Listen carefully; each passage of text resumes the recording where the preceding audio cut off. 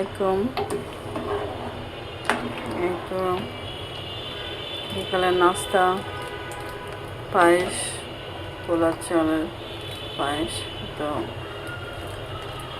একটু নাড়াচাড়া না করলে আবার যে তলে লেগে যাবে, এর জন্য নাড়াচাড়া হচ্ছে।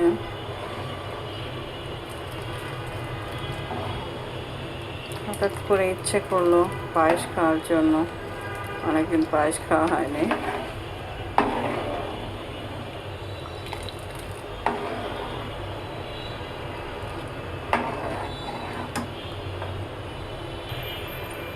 এই যে আমার পায়েস নিজে থেকে যখন এরকম টকবক টকবক করবে, তখন আর নাড়ার অত দরকার নেই, ভয়টা তখন কম থাকে লেগে যাওয়ার।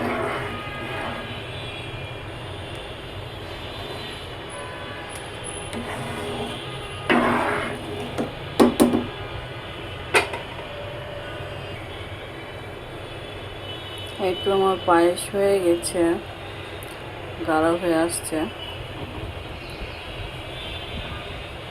কেমন হয়েছে জানাবেন। আসসালামু আলাইকুম। সবাই ভালো থাকবেন, সুস্থ থাকবেন, নিরাপদে থাকবেন।